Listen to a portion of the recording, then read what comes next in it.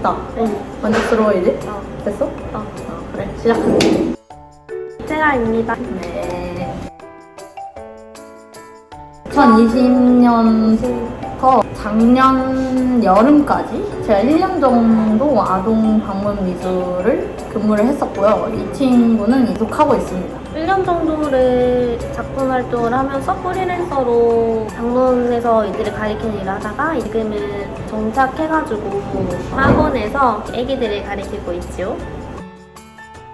미술 학원 일은 해보지 못했는데 적성에 잘 맞는지는 잘 모르겠어서 처음에는 그런 식의 이유로 일을 선택을 하게 되었고 나중에는 사실 그렇게 수익적인 부분에서 큰 기여를 못했지만 못 그만뒀던 게 제가 좀 보리보다 또 정이 많아서 제가 맡고 있는 애기들이 한 5명 정도 됐어요. 친구들에게 선생님으로서 책임감 때문에 좀 멀리 이사를 중간에 가게 됐는데 그만두지 못했어요. 고양시에서 은평구로 출근을 했었습니다. 왜 그만뒀냐면 제가 남해 레지던시를 지원을 하게 되면서 남해에서 은평구로 수업을 갈 수는 없어서 부득이하게 그만두게 되었죠. 그만둘 때는 마음이 아팠어요. 제가 그만둘 때는 케이크를 다 하나씩 샀어요. 펭수 케이크 같은 펜츄리 케이크나 이런 케이크를 다 하나씩 사서 다 그날 주면서 나 이제 안 온다고 애기들한테 말을 하는데 슬프기도 했고 얼마 안 된 친구가 제가 그만둔다고 했을 때 울었어요. 아니었어? 좀 나이가 있었어요. 초등학교 한 중반? 왜냐면 나는 우는 애가 아무도 없었어. 애들이 울었어. 어려가지고 모르더라고. 이별을 몰라? 다음부터 다른 선생님 올 거야 라고 얘기하니까 응? 이러고 안녕 이러고 가는 게 없어. 그럼 슬플 것 같은데? 오늘 마지막에 이러면 응 이러고 너무 그냥 해맑아. 우리는 슬퍼했습니다. 제가 일했던 곳 같은 경우에는 일단 무료 수업을 해준 후에 수업이 마음에 들면 이제 하는 시기여서 영업적인 능력도 조금은 필요했어요. 제가 느끼기에는. 근데 저는 그런 부분이 조금 부족하다고 생각을 해서 많은 일을 하진 않았죠. 근데 뭐 시간상으로는 일을 많이 안 하게 되는 건 맞는데 사실 그 실질적인 근무 시간 외에도 일을 해야 될 건 많아서 뭐 예를 들어서 그 친구의 특성을 파악해서 교재를 주문한다든지 아니면 뭐 연락을 드린다든지 이런 부가적인 일들을 하기 때문에 순수 시간으로 봤을 때는 돈이 많다고 할 수 있지만 그 외적인 신경 써야 할 부분이 많기 때문에 그런 부분에 있어서는 돈이 그렇게 많은 것 같진 않아요. 그 말에 대해 공감을 하는 게 좀 더 좋은 수업을 하기 위해서 저는 막 만들기 같은 것도 미리 해가기도 하고 교환이나 교재를 좀 더 퀄리티 높게 준비를 하기도 했었는데 이런 시간들이 더 많이 쓰게 되니까 외적으로 근무 외에도 되게 신경 쓸 것들이 많은 일인 거는 좀 맞는 것 같아요. 시간 조율이 좋아요. 평일 중간에도 시간이 남기도 하고 중간에 예쁜 카페를 가거나 약간 여유롭게 시간을 보낼 수도 있지만 수업 활동을 하는 사람들은 조금 더 유동성 있게 시간을 쓸 수 있는 게 좋기도 하고 정말 중요한 일이 있을 때 애기 엄마들한테 양해를 구하고 시간을 뺄 수도 있다는 것도 큰 장점이기도 하고 그리고 일이 적성에만 맞으면 진짜 재밌고 하는 만큼 돈이 들어오기 때문에 많이 하고 자기가 좀 소질이만 있다, 재능이 있다 싶으면은 웬만한 안정적인 일반 직장인보단 더 벌 수도 있을 것 같긴 해요. 근데 저는 약간 좀 다른 관점에서 제가 좀 유아와 약간 초등학생을 가르치는 거는 법하지 않고 중고등학생이나 나이 있는 분들을 가르치는 게 저는 개인적으로 더 맞더라고요. 저는 사실 그렇게 많이 벌지는 못했다. 지금이 훨씬 더 잘 버는 것 같아요. 물론 지금도 많이 벌지는 못하지만 제가 이제 가르쳤던 연령대는 진짜 아가들이어가지고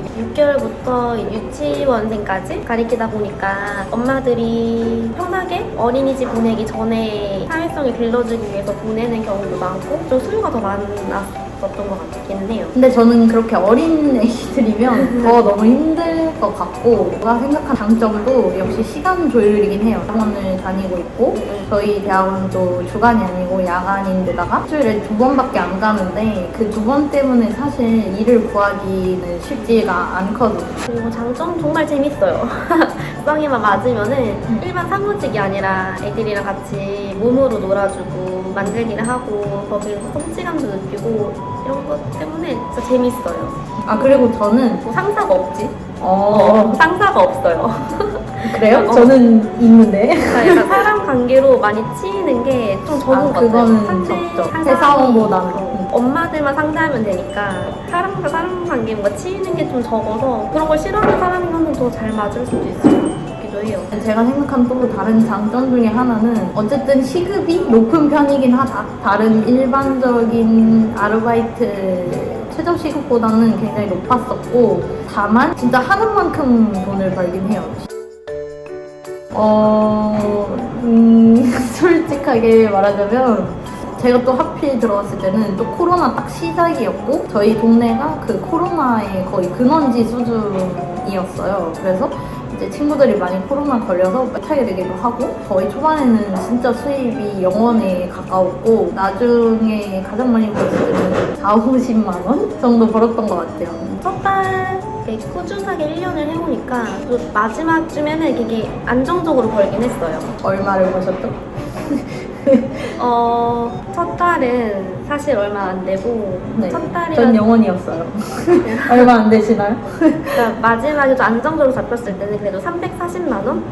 이렇게 이제 300만 원 이상까지는 들어오기도 하고 또 이게 코로나 영향을 많이 받아서 안 될 때는 그래도 100만 원대였다가 근데 첫 달, 둘째 달 이렇게 회원이 많이 모집이 안 됐을 때는 저도 첫 달에 20만 원, 둘째 달에 80만 원, 셋째 달에부터 이제 굉장히 세세하시네요. 170만 원, 180만 원 이렇게 하다가 이제 넷째 달부터 저 200만 원대로 안정이 잡히고 6개월이 넘어가서 이제 300 이상까지 이렇게 잡혔던 것 같아요. 근데 그거는 아셔야 돼요. 이 친구는 ENFP 친구고 저는 INTJ로서 성향 차이도 당연히 있고 그때 당시에 저는 자가가 없는 상태로 수업을 다녔어요. 근데 이 친구는 자가가 있기 때문에 좀 더 수업의 양을 많이 늘릴 수 있지만 저는 대중교통의 거리나 시간도 다 고려해야 했기 때문에 하루에 맡을 수 있는 수업이 굉장히 한정적이었고 그리고 여름과 겨울에 특히 힘들었어요.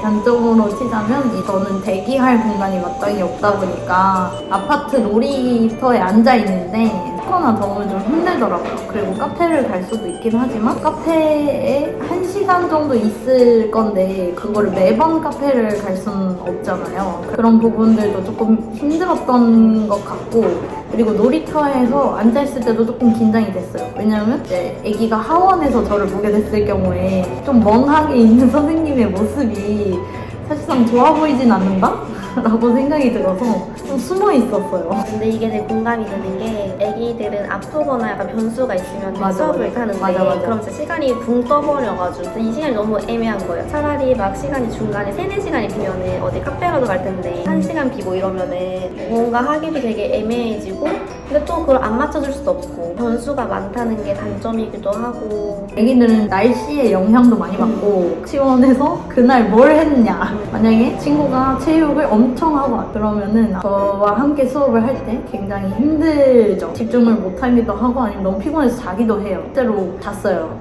그래서 저는 잠깐 당황을 했지만 재운 후에 다시 일으키기도 하고 코우유나 이런 게 없을 때 잘 안 되기도 하고 특히 비 오는 날 애기들이 좀 많이 터져요. 나는 조금 힘들고 단점이 많다 생각했어. 장점도 많지만 정말 많은 사람들을 상대해야 되니까 힘든 사람들이 어딜 가나 있듯이 힘든 사람도 많죠. 1대1로 상대를 하니까 되게 조심스러운 말입니다. 근데 어딜 가든 진상이 있듯이 또 힘들게 하는 사람이 있지. 그렇군요. 너무 직설적인가? 너무 직설적으로 말했나? 아니요, 근데 뭐 회사에서도 충분히 힘든 사람들이 있고 그러니까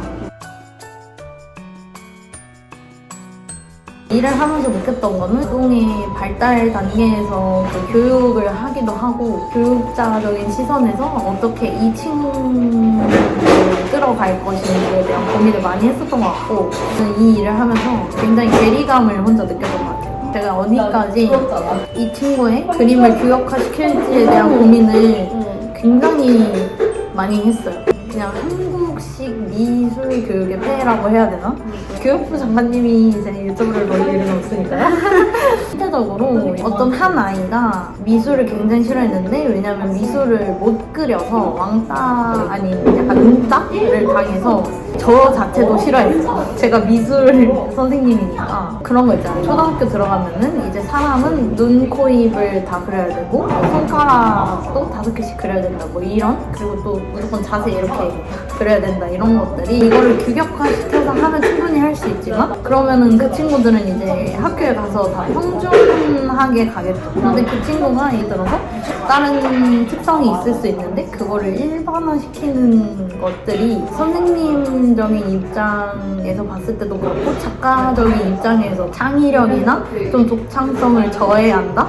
라고 생각을 했기 때문에 되게 많은 생각을 했어요. 막 예를 들어서 꼭 스케치처럼 보이는 그림은 안 된다든지 꼭 완성도 있어야 되고 뭐 채색은 해야 된다든지 이런 부분들이 왜 꼭 그래야 하지? 라는 생각 때문에 조금 그래서 더 힘들었던 것 같아요. 저는 개인적으로. 그래서 저처럼 그런 생각이 들거나 교육은 맞으나 어린 친구들 교육이 안 맞는다면 저는 이 일을 추천하기는 어려울 것 같아요. 우리 엄마들도 자기 애를 키우면서 엄청난 노력을 하잖아요. 그만큼 자기 아이에 대해서 발달 단계 정도는 어느 정도 알고 있단 말이에요. 12개월짜리 아이는 어느 정도 발달이 돼 있고 어느 정도까지는 해야 되고 이런 것들을 엄마들도 알고 있기 때문에 사실 이런 것을 선생님이 모르면은 티가 나서 얘기를 할 때는 아이에 대한 공부를 저는 지금도 계속 하고는 있는데 공부가 좀 수인 것 같고 차가 있으면은 일을 수월하게 할 수 있지만 차가 없으면은 어렵지 않나 힘들지 않나 무거운 거 들고 다녀야 되고 시간이 남으면 또 피곤하고 이런 게 있으니까 그리고 애기들이랑 소통하는 게 아니라 엄마들이랑 맞아. 소통을 해야 되기 분명히 때문에 있죠. 엄마들이랑 하는 말투랑 또 애기랑 하는 말투 다르잖아요. 맞아. 격을 이렇게 갈아야 돼요. 그치, 목소리 톤도 맞아. 달라지고 엄마들이랑 약간 소통하는 게 좀 부담스럽고 힘든 사람은 좀 맞지는 않을 것 같지만 좀 그런 거를 재밌어하고 또 사람 대하는 걸 좋아하는 사람이면은 나는 되게 좋은 것 같아. 추천하시는 거예요, 그래서? 난 되게 재밌었거든. 매일매일 변수가 정말 많아. 저는 변수라는 걸 굉장히 싫어하는 성격이라서 힘들었고요. 나는 서러워서 운 적도 있었어. 몇 번 있었어. 일을 서러워서 하다가. 울었다고요? 그러니까 예를 들면은 자기 아이니까 너무너무 소중하잖아. 어쩔 수 없이 예민해지는 부분도 있지만 그걸 일단 감정적으로 푸는 사람들이 있거든. 흔하진 않고 진짜 드문드문 가끔 가다가 아이가 뭐 놀이터에서 놀다가 늦게 왔어. 다음 수업이 있으니까 나는 그 수업을 다 채워서 못해줘. 아이가 늦은 거니까. 설명을 해주면은 이제 알았다고 하고 이해를 해주는 어머님들 계시지만 내가 돈 냈는데 막 그거 다 채워주고 가야지 막 이런 식으로 따지고 들고 이렇게 나가라 이러면서 소리 지르고 이러면은 난 되게 속상한 거지. 그쵸. 그거는 화 겪어도 짜증나죠. 근데 나는 이래서 또 화를 못 내. 그쵸. 저희는 화를 낼 수가 없어요. 난 죄송하다고 사과를 해야 되는 그 입장이니까. 이거는 그냥 또 잘 풀었어, 이분이랑. 너가 그때 얘기했던 거. 이거 어제 통화로 얘기했던 거 그때 진짜 너무 서러웠어. 뭔데? 뭐였지?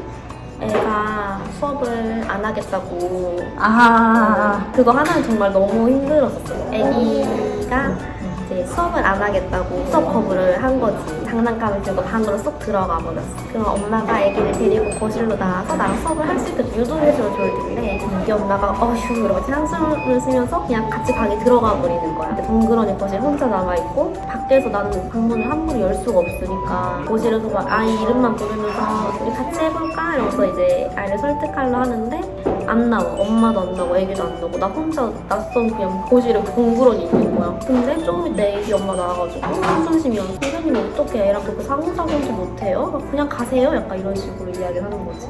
그때 좀 굉장히 자존심도 상하고 내가 굳이 이렇게까지 기회를 맞춰야 되나? 약간 이런 생각이 들어서 되게 서러웠었지. 근데 그건 진짜 드문 경우고 웬만한 엄마들은 맞아, 다 정말 좋아. 좋으세요. 정말로 좋아요. 방문 미술이다 보니 안에 가서 부모님들에게 설명을 하는 것도 힘들었던 것 같아요. 저는 또 아이 성향이 좀 크게 하기도 하고 또 거기다가 이제 1시간 이내에 어떤 결과물을 도출을 해야 된다는 게 사실 쉽지는 않았어요. 아 그리고 제가 좀 힘들었던 이유는 그것도 있어요. 아이들은 아무래도 텐션이 낮은 것보다 텐션이 높은 선생님을 좋아하고 소리 톤 자체도 이 톤으로 얘기할 수 없더라고요. 이 친구처럼 좀 부드럽고 좀 우와 이렇게 해야 되는데 제가 그걸 잘 못해서 항상 수업을 하고 나 모든 에너지를 다 쓰고 온 느낌이었어요. 왜냐면 저는 평소에도 이런 낮은 텐션의 사람인지라 이제 우와 이런 걸 해야 되는 순간이 오면 약간 여긴 어디인가를 굉장히 많이 생각했던 것 같고 우와 이거 뭐야? 맞아요 이런 거 해줘야 돼. 우와 되게 잘 그렸다. 좋겠다. 그 조금 힘들었고 그리고 제가 단점이 애기들을 혼내기가 어려워요. 제가 아니기 때문에 막 이렇게 막 화를 낼 수 없다는 점? 그것도 힘든 부분 중에 하나였죠. 나도 처음에는 그게 되게 어려웠어. 어느 정도 절제를 시켜야 된다는 게. 지금은 조금 그래도 애기한테 도움이 되고 엄마들이 조금 나빠하지 않게 혼내는 방법을 아는데 처음에 그게 어렵지. 숙련이 되셨네요. 교육자의 입장이다 보니까 스킬이나 태도, 언행, 적인 모습에 굉장히 조금 신경을 많이 써서 다녔어요. 저 같은 경우에는 이제 지금은 앞머리가 이렇게 노랗지만 그때 당시만 해도 이제 친구와 같이 검은색 머리로 염색을 다시 했었고 되게 단정하게 묶고 다니기도 하고 수트를 되게 자유롭게 입지는 못했어요. 수트나 반팔이어도 단정한 검은색 옷을 많이 입었는데 그래서 애기들이 맨날 선생님은 검은색 옷밖에 없냐고 물어봤는데 이유는 아무래도 물감이나 이런 걸 하다 보면은 이제 친구들이 의도치 않게 저한테 묻힐 때가 있어요. 그러다 보면은 곤란하니까 아무래도 검은색 옷을 입으면 단정하기도 하고 뭔가 묻었을 경우에도 좀 잘 대비할 수 있을 것 같아가지고 이런 옷을 입었어요. 그게 조금 불편했다? 내가 하고 싶은 스타일로 다닐 순 없다. 맞아 그런 게 있기는 하지. 나는 오히려 아이들이 어려서 애들이 좋아하는 옷을 많이 입으려고 노력했던 것 같아. 분홍 색깔 옷이나 아니면 이렇게 머리를 이쪽이 이렇게 밑으로 양갈래로 묶는다든지. 제가 일했던 곳 같은 경우에는 그 교재가 엄청 많아요. 200 몇 개 되는 것 같은데 계속 개발을 하시더라고요. 예를 들자면은 한 달 전에 이제 어떻게 수업을 이끌어 나갈 것인지 그 자주 플랜을 짜는 게 굉장히 힘들었어요. 저 같은 경우에는 차가 없다 보니까 모든 것들의 재료를 다 들고 다녀서 어깨가 좀 살날 뻔했다. 회사를 끼고 나오는 이제 커리큘럼을 가지고 1인 사업자 개념으로 일을 하는 건데 어떤 회사를 끼느냐에 따라서 다른 것 같기는 해요. 왜냐면 화정 작가님이랑 저랑 아예 다른 회사에서 일을 했었는데 저희 회사는 커리큘럼이 다 짜여서 나오고 그래서 따로 제가 짤 필요가 없었어요. 부수적 퀄리티를 높이기 위해서 교재를 좀 더 만든다든지 교환을 내가 만들다든지 그런 거 말고는 제가 준비할 건 없었거든요. 저는 하나부터 열까지 이 친구가 뭐 예를 들어서 상상력이 부족하다 이러면 상상력 쪽에 있는 그 카테고리에 있는 그 교재를 선택해야 했었고 그리고 매번 수업이 끝날 때 설명을 해줘요. 이 친구가 무슨 의도로 작품을 했는지. 나는 세연수 애기가 있었어. 6개월이었어. 너무너무 귀여웠어. 6개월인데 또 겨우 바늘인 아이였는데 원래 누나랑 같이 수업을 했었는데 그 누나가 하는 걸 보고 애도 너무 하고 싶어하는 거야 6개월짜리 애기가. 그러니까 엄마가 이제 시켰지. 근데 그럼 한 달 하고 그만두긴 했어 그 애기 너무 어려가지고. 근데 그 누나랑은 꾸준히 했으니까 6개월이 12개월이 되는 과정까지 이제 같이 나는 봐온 거야.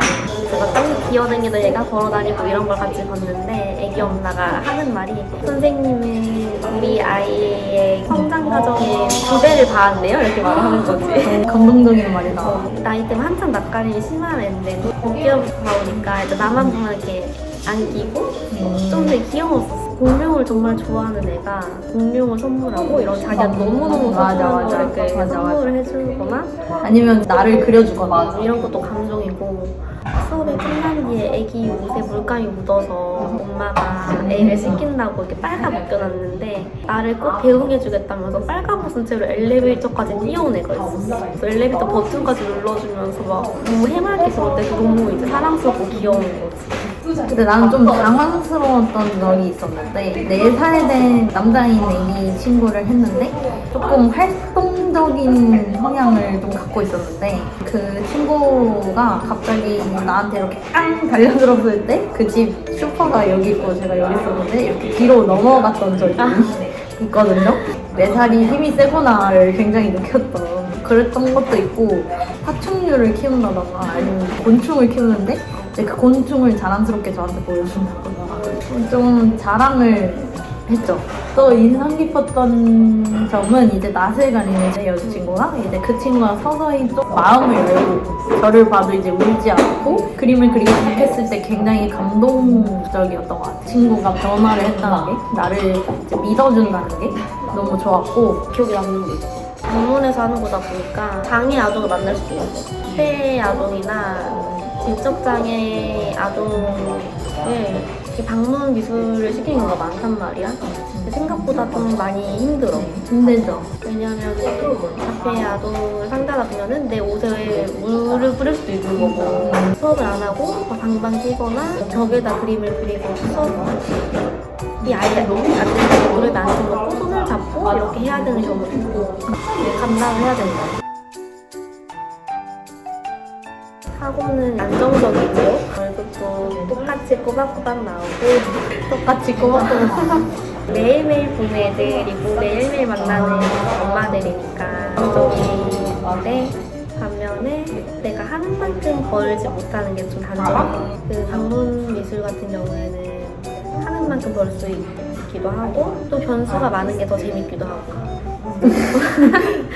이게 나 또 장점이라 생각해. 1대1로 만나니까 정이 되게 많이 들어요. 애기랑 나랑 1대1로 만나고 학원은 그래도 첫 달부터 월급이 이렇게 꼬박꼬박 그쵸, 나오지만 그쵸. 방문 미술은 어쨌든 내가 하는 그거를 만큼. 쌓아야 되기 때문에 한 3달 정도는 월급이 정말 적다는 걸 감수를 하고 시작을 해야 된단 말이지요. 근데 시간적 여유가 있고 차가 있으면 난 방문 미술 괜찮다고 생각해. 저는 둘 다 없어서 하지만 좀 시간적인 여유가 없고 좀 안정적인状態が있다는 네, 오늘 이제 출연해 주셔서 감사드리고요. 이분도 유튜브를 하고 있으니 여기 띄워드릴게요. 구독도 많이 해주세요. 그럼 감사합니다. 안녕.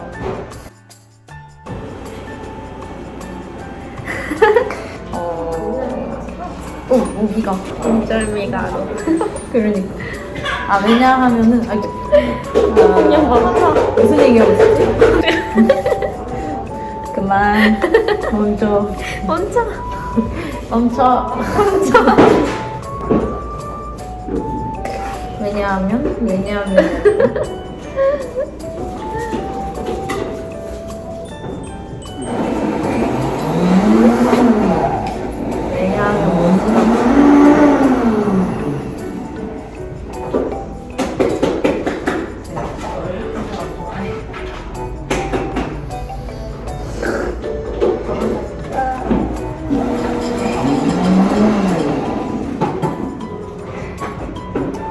기억이 나지 않나요?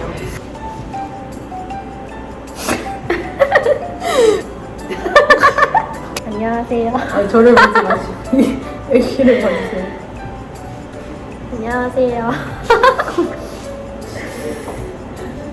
이 각도에서 하자고 그래서. 아니 이렇게 할 수도 있잖아. 살짝